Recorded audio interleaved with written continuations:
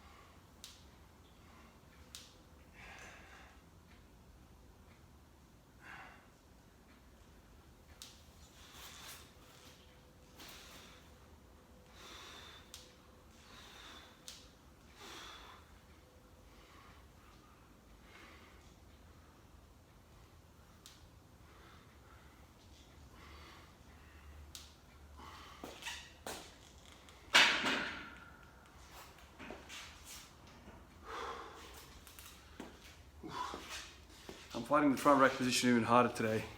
Lats are so jacked up and tight. I can't really drive my elbows up all that well. But anyway, that's how it goes.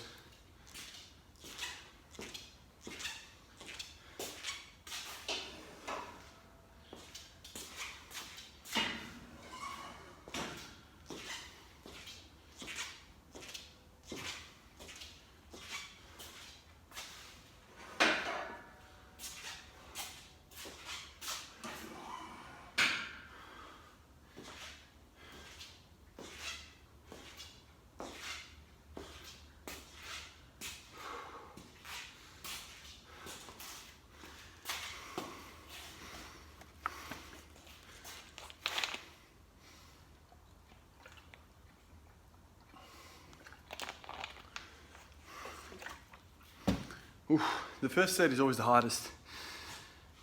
I feel like the first couple of sets are the hardest because your body's kind of like trying to get used to what you're doing. The front rack position is always difficult. As I was doing back squat yesterday, I kept thinking to myself, man, it's so much easier to do back squats. It's just comfortable. The bar just sits on you. It wants to sit on you. The bar does not want to sit on your front rack position. He just wants to fall out of you, out of your collarbone, the moment you put it there. It's a constant fight to stay upright. You know, with the back squat, I can stand there all day with the bar on my back. With this thing, it's a fight all the time.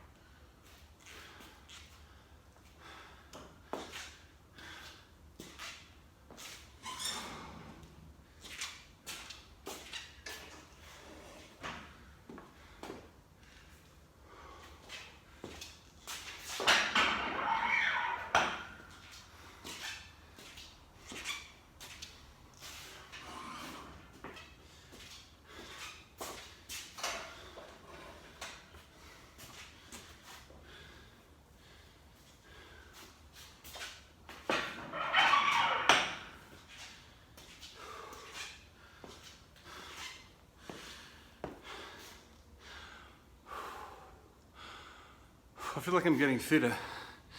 I'm getting to these sets quicker. The first time I did it, so much breathing.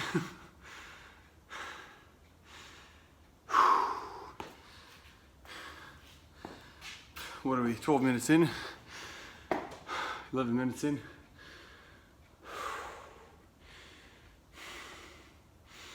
Nothing gets you up as a bit of a breathing rate.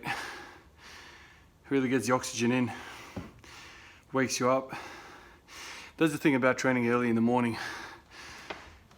By the time I get to work, 6:45, 7 o'clock, most people are kind of like, sleepy. Because, all they've done is wake up, maybe eat something, shower, and then come to work. Whereas, I've done a whole bunch of work, so I'm much more alert. All my muscles have, got a big dose of oxygen already, up and about. It's a cool feeling.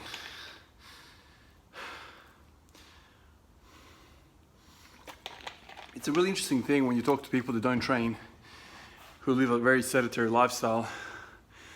They often report feeling tired. They're often kind of like burn out at the end of the day.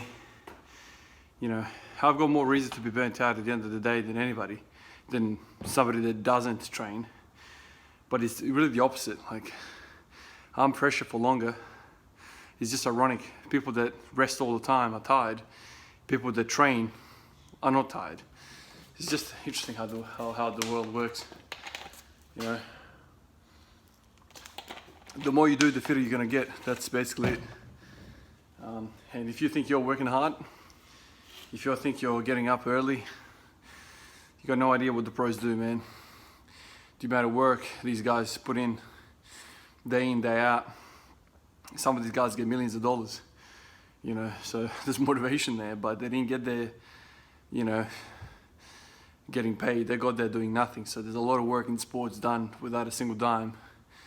A lot of guys don't get dime, even at the end of the day, but I appreciate that, man. I played basketball as a youngster, so I've got a bit of an appreciation, although I never played professionally or semi-professionally. I was always an amateur. But following the sport as long as I have, I've got mad respect for all athletes, not just basketball players, man. It's a whole bunch of work. A lot of people think it's just you get born that way and you just go get after it. It's not. People that get born with talent and they don't work on it, you never hear about them. They don't make it. It's all about hard work. It's all about hard work, man. So there's lessons for us, when it comes to that. You don't have to be an Olympian. Just learn how hard they work, and then just maybe do half or a quarter, and you'll be in great shape. You'll be almost embarrassed to learn how hard they work and how little most people do. It's freaking embarrassing, How many people want to wake up 4 o'clock in the morning every single day putting work? Obviously that's their job, but what I'm saying is they even did that before it became a job. That's what motivates me. That's why I always feel like when people tell me, "Oh, man, you're crazy, man. Why do you wake up 4:30 in the morning and all that? Why do you wake up 5 in the morning?" Man, it's like, because I want to work, man. I want to put in some work. I want to stay in shape. People get like amazed that I do this. Man, the ceiling when it comes to this shit is so much higher than this, man. Getting up 4 o'clock in the morning is nothing. And you should be getting up in the morning as well, putting in some work. But they think just merely getting up 4 o'clock in the morning is like I'm an athlete. I'm not an athlete. I'm not a professional athlete. I'm not getting paid. What they do is way ahead of me. Just because I wake up 4 o'clock in the morning putting in some work, who cares, man? It's nothing special. All right, speaking of work, let me get this set. This is the hardest set of the day, really. 60 kilos for 20. After that, I go to 80 for 10, and so it's like easier. All right.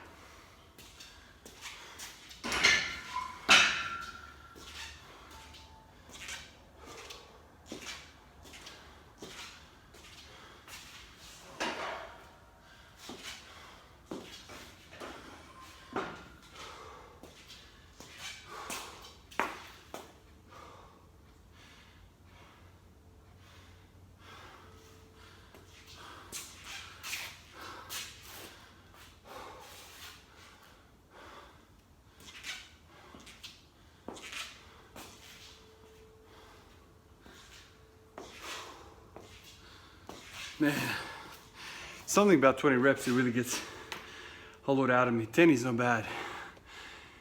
20 is just fuck.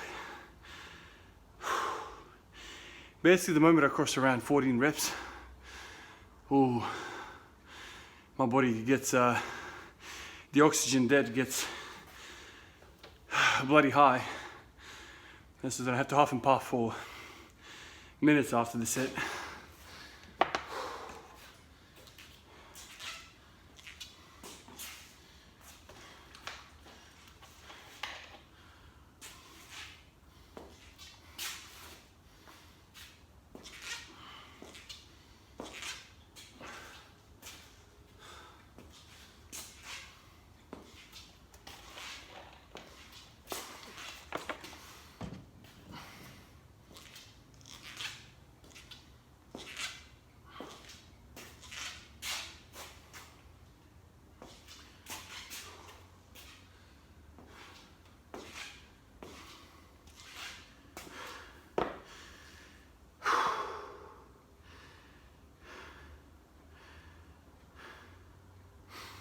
I guess when it comes to what I'm doing, the 1 rep max is the actual sport.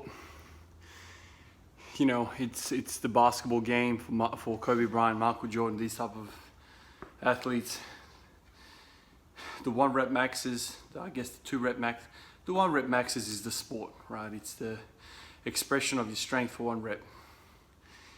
So all this other stuff that I'm doing with this high rep work, or any work really, lower than 1 rep max, is the practice.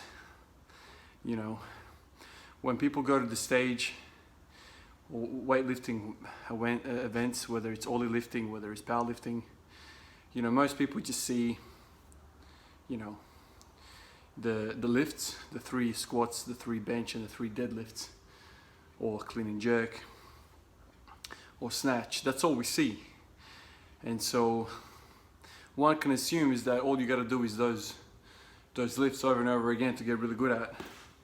The trick about training is that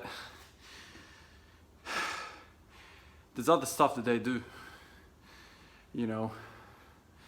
And the interesting thing about training is that there's many ways to approach it. 2 guys could be at the top level, you know, doing, you know, world record lifts, but they could have drastically different approaches. Which is the most interesting thing. There isn't just one recipe when it comes to getting stronger. There's many different ones. To me, my intellectual stimulation when it comes to training is the actual act of working out what works best for me. I have been stubborn in the past where I've kind of just jumped on the bandwagon of a certain philosophy and just take that shit all the way in. But now I'm of the mindset of actually just experimenting and just working out what's what. So giving things a good go. I've done block periodization, I've done 5x5, I've done, you know, small lift junior, I've done mad cow, I've done all these different methodologies. Then I read Matt Perriman squat every day. Then I read Pavel Tsatsouline and I thought, shit, you know, look at these guys, you know, squatting every day, training every day, greasing the groove. And so I started veering off in that direction for 1 or 2 years and experimenting with that. I guess I'm still in that philosophy. Now I'm kind of trying to merge some ideas across. So I think that's the trick, and that's what gives you credibility at the end of the day. You know, you've tried different things, you've done different things, you know how different things feel and how they respond, and it's not just about, you know, what weight's on the bar, it's also about the health of the body.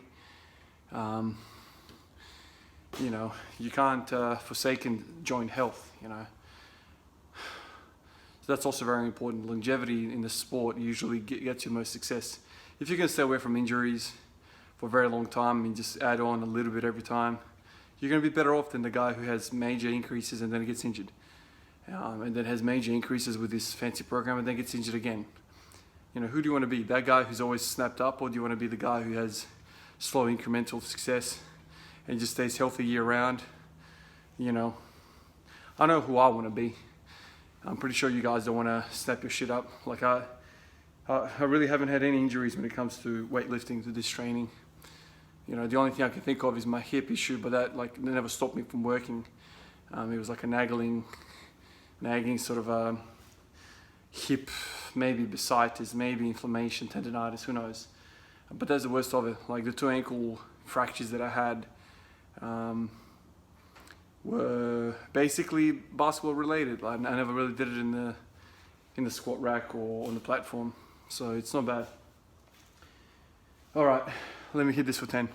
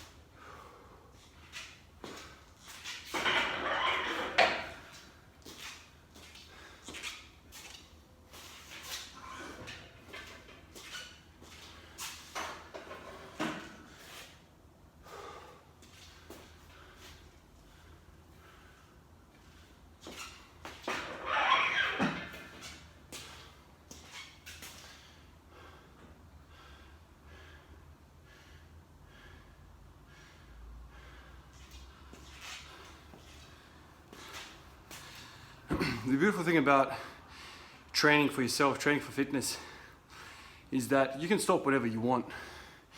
You're not playing for a club, you're not playing for a sponsor. Nothing's riding on it. When you feel like something's going astray, you stop.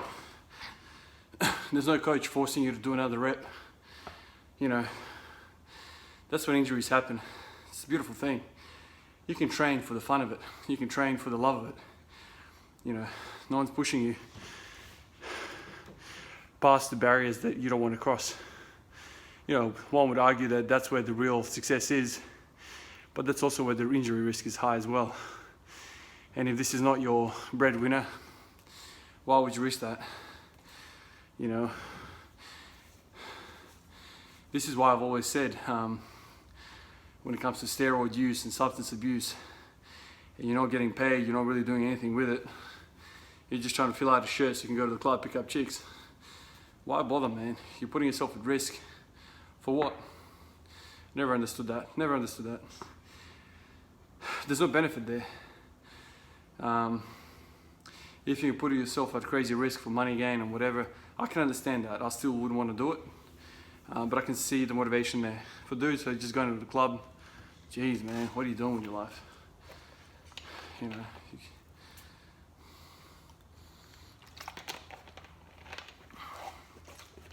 So I keep my mind open. I keep my mind open about all these things, about training philosophies. Is Eastern philosophy better than Western philosophy? Whatever, man. You know, I guess the pinnacle of both sides used steroids. The pinnacle of both sides didn't disclose everything. They put up these weightlifting programs and they're like, this is success. This is what the athletes got. How many mils of steroids did they use per week? Do you know what I mean? So when it comes to this shit, like, you know, you have to take it with a grain of salt. This is why Clarence Kennedy, one of my favorite lifters on YouTube, that's why he doesn't compete, because there's just, it's unfair. You know, steroid testing depends on highly where you live. If you live in a communist nation like North Korea or China, you know, how do they get tested?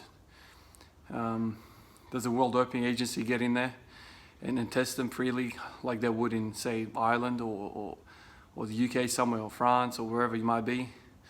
You know, the Western world, you know, testing is a little bit more prevalent. Not a little, a lot more prevalent. And so these guys from North Korea, from China, from Russia rock up, you know, snap all the records, and you're sitting there holding your dick, thinking to yourself, man, these guys are so much better. They might be better because they're doping and they haven't been tested.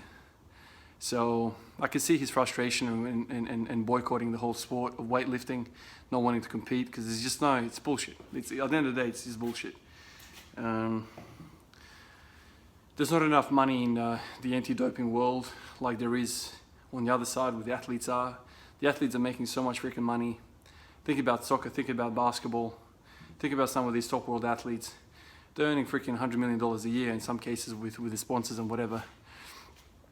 You know, think about how much money they can spend on scientists, on whole teams and whatever to work out how to bypass tests, how to pay people off. And I mean, I'm not a conspiracy theorist when it comes to this shit.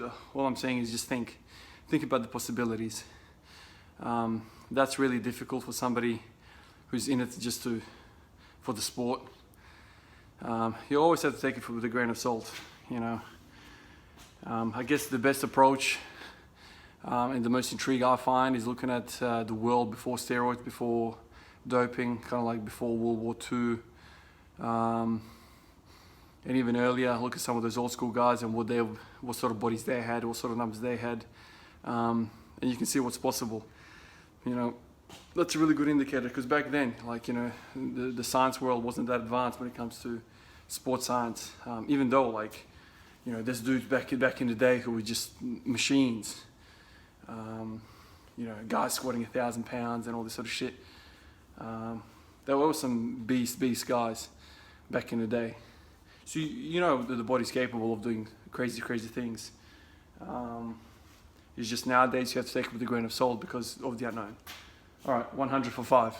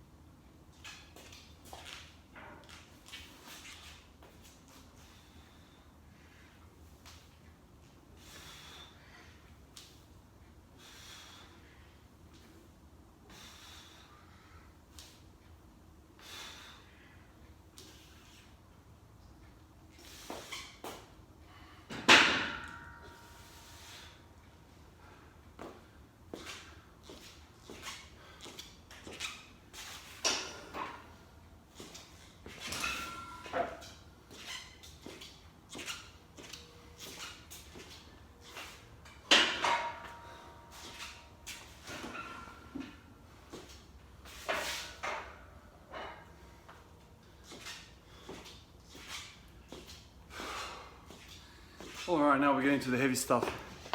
So 120 I'll do for 1. Then I go to 140 like usual. And then we'll call it a day. 30-minute workout, not bad. I feel like I'm getting quicker with these sets of 20.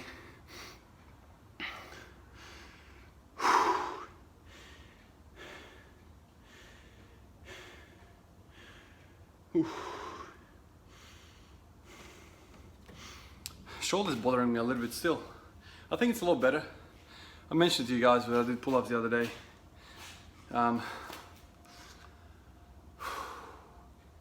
Yeah, hanging and pull-ups. It's really the best. So why is it the best? It's all got to do with lats, I feel. When your lats are really strong and when you train your lats, it pulls the humerus bone down, the upper arm bone downwards, and it releases the stress of the joint because it decompresses it. When you're continuously just benching like this, you're continuously getting the pec shorter and shorter, and the little rotator cuff muscles get tighter and tighter. And there's a bone at the top called the clavicle, and there's a scapula as well that kind of meets all in the joint. And those muscles can get compressed within the joint if you're continuously just doing this.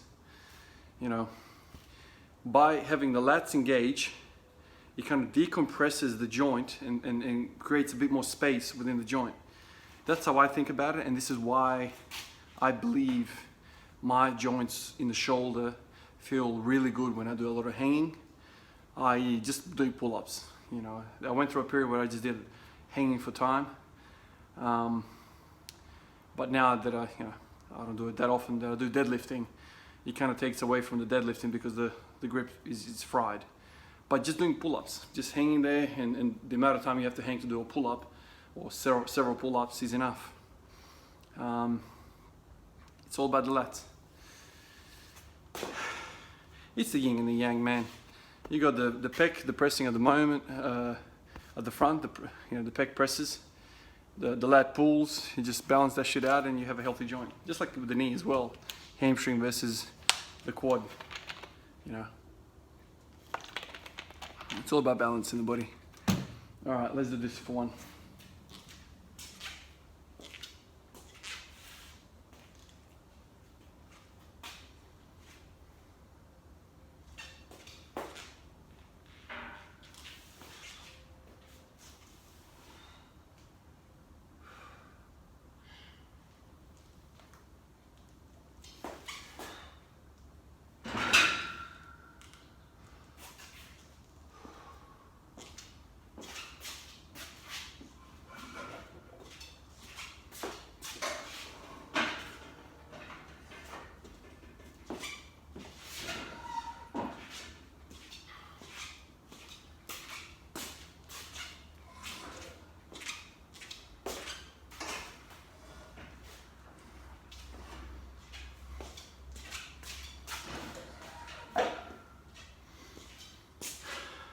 As much as I love getting gains on the barbell and, you know, putting muscle mass on, beautiful feeling when it comes to training, when you hit those gains. I feel like by far the best thing is to feel healthy. When you're going through the range of motion, full range of motion, all the way down into the squat, when you're bench pressing, when you're doing deadlifting and nothing hurts, that's a beautiful thing, man. It's the best feeling. For somebody that knows what it feels like to have pain, you know, strains, pains, joint pains, whatever joint you want to talk about, the absence of that, man, it just feels amazing. I'll never forget that shit. So, that's what my priorities are. Always think of health, always think of joint stability, movement, not just the end goal. You have to think about the process. Because I don't know about you guys, I want to be able to do this shit when I'm 60.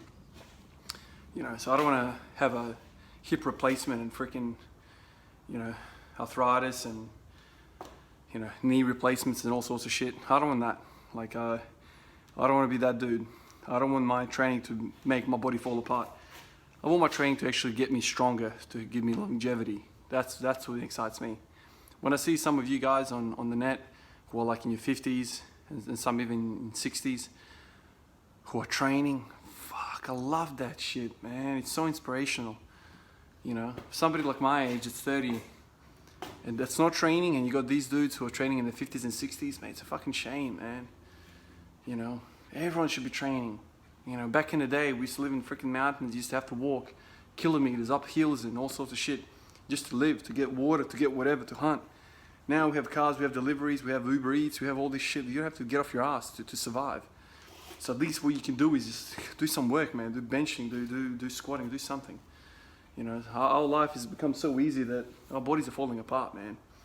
You know, the human being is probably the unfittest it's ever been in its evolution. It's embarrassing, man. We should be the strongest, you know, because we got technology to take care of a lot of shit.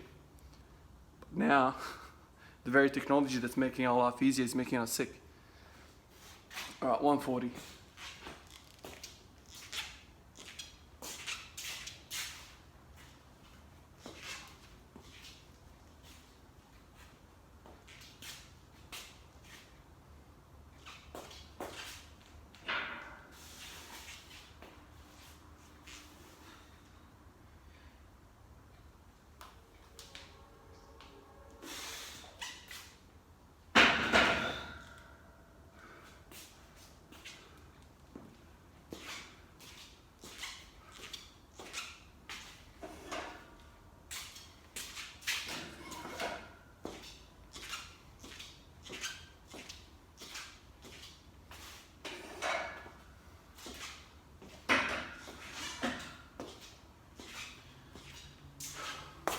I'm not happy with the last rep. I gave up my positioning at the top over here. When I hit the bottom, I folded over a little bit at the top, and it wasn't because of the weight, it was because of my positioning. I felt like the 140 now is really manageable, but I gave it up. I leant over too much, and it was a bit of a fight, more than it had to be.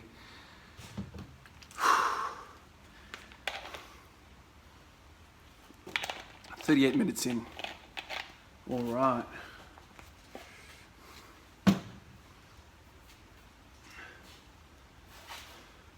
feel like I'm getting stronger. Really am. All right, so 150.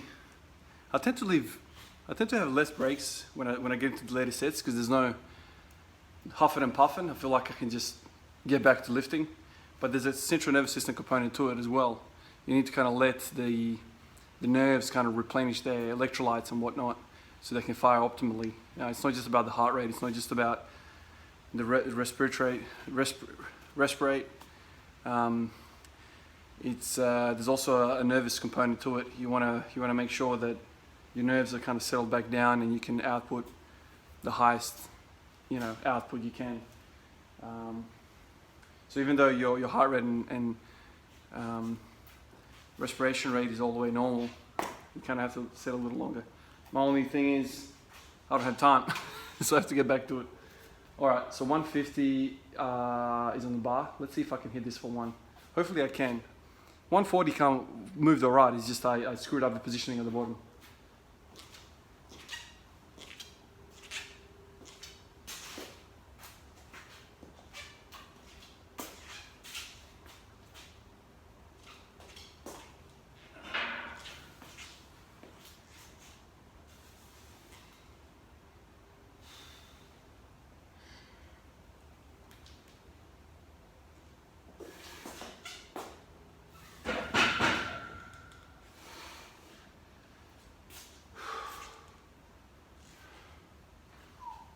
Okay, 150 was a fight.